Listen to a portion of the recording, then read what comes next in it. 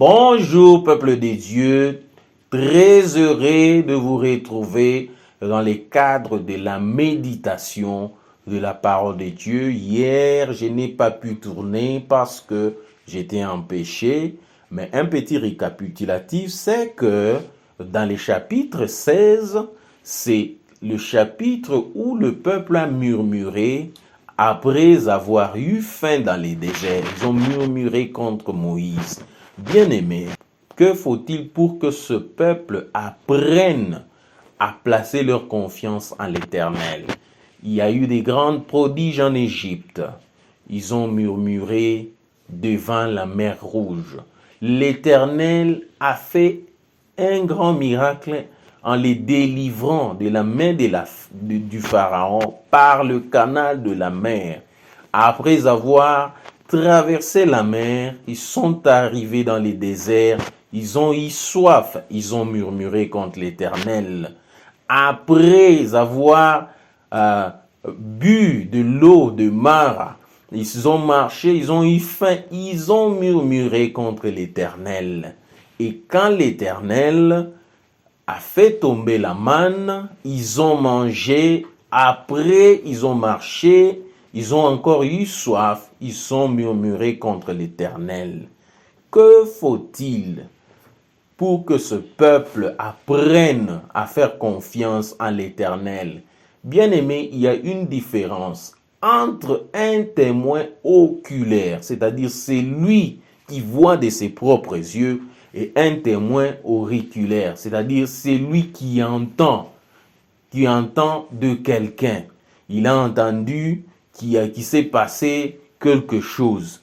Mais ces gens-ci ont vu la main puissante de Dieu. De leurs propres yeux, ils ont vu l'eau se transformer en sang. Ils ont vu comment l'Éternel a frappé tout premier-né. En Égypte, ils ont vu comme l'eau a formé des murailles pour que eux puissent passer dans la mer à pied sec.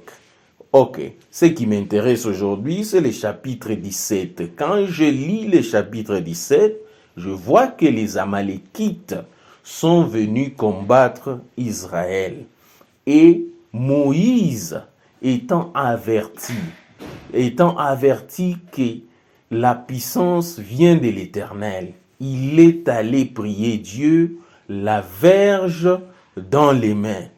Quand il avait les mains levées, Israël était le plus fort. Quand il s'est fatigué et que ses mains commençaient à se rabaisser, Israël était le plus faible.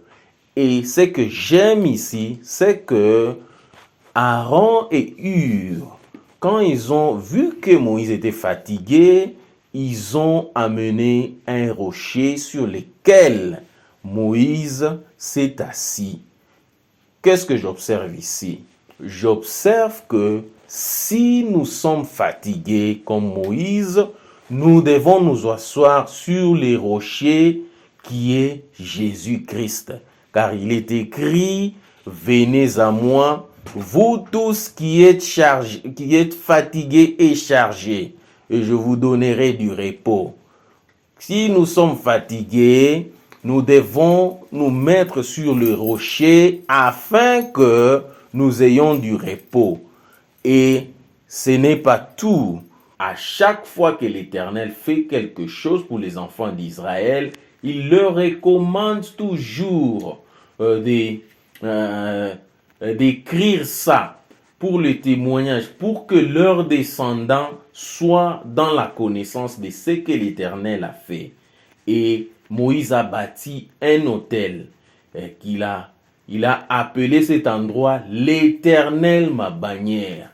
En outre, en hébreu, qui veut dire Jéhovah Nissi, Jéhovah Nissi, l'Éternel ma bannière. Jéhovah Nissi, c'est lui qui combat pour nous.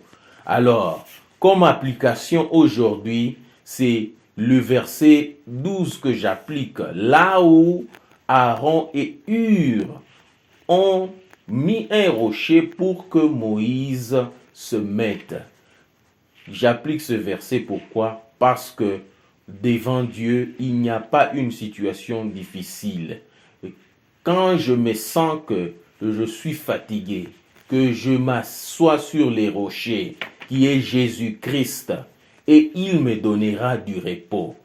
Quand je pense que ça devient trop difficile pour moi ou pour quelqu'un d'autre, que j'implore ces rochers qui donnent le repos, que Jésus nous donne du repos dans tous les combats, dans toutes les situations difficiles, que l'Éternel, notre bannière, nous accorde la victoire dans les combats. Au nom de Jésus.